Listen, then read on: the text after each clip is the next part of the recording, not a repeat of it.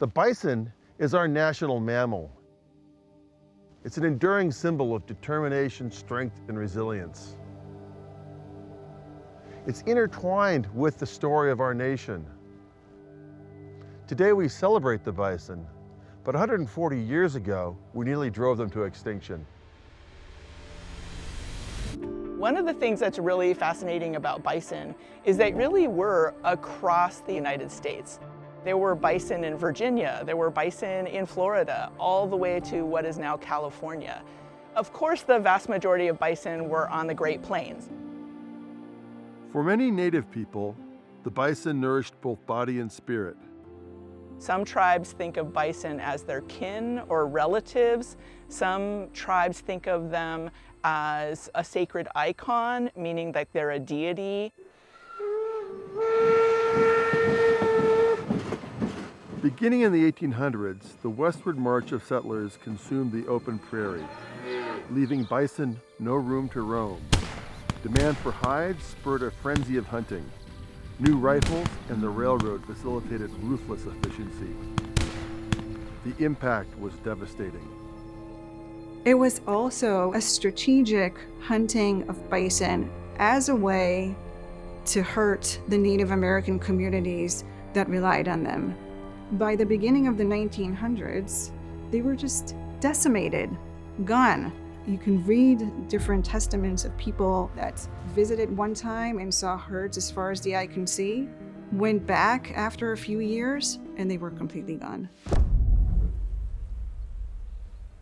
Alarm bells went off. If nothing was done, bison would be gone forever. One of the first to act was William Temple Hornaday, a Smithsonian taxidermist and the founder of the National Zoo. Hornaday searched the Montana plains for months to find enough bison for a museum exhibition.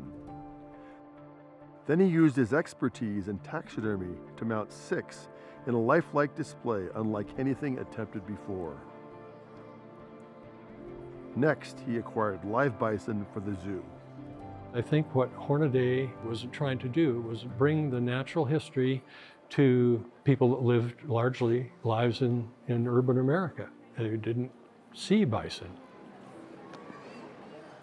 Fortunately, through the efforts of Hornaday and many others, they were able to prevent this particular species from disappearing altogether. It took decades, but people from all over the country came together to bring bison back.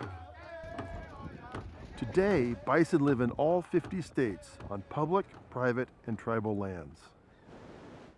For the past 40 years, a lot of different tribes, especially on the northern Great Plains, have been working really hard to restore bison to native lands.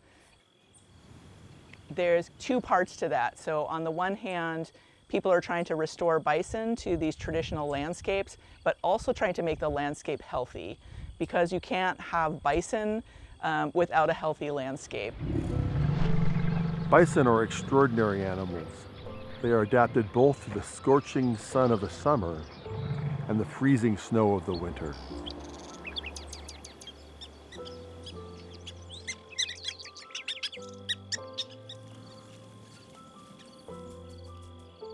If you can imagine a group of bison, they're packing the soil, they're eating, they're grazing. They might be wallowing in the ground and creating patches that can retain water. The way that they move across these grasslands is creating microhabitats for prairie species.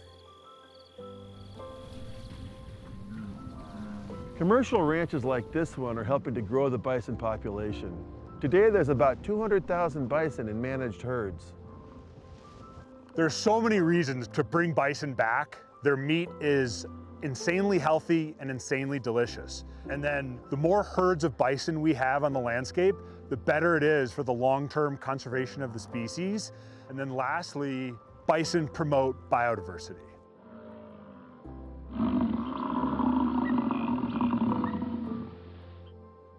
Yet the near extinction had lasting consequences. There may be significantly less genetic variation in the bison that did survive. Hornaday's bison group may hold some clues. The bison are currently on display at the Museum of the Northern Great Plains in Fort Benton, Montana.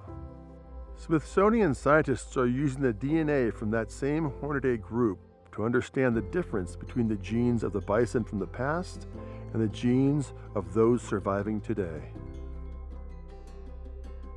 So we've come full circle. We're here sampling the Hornidae bison for genetic analysis.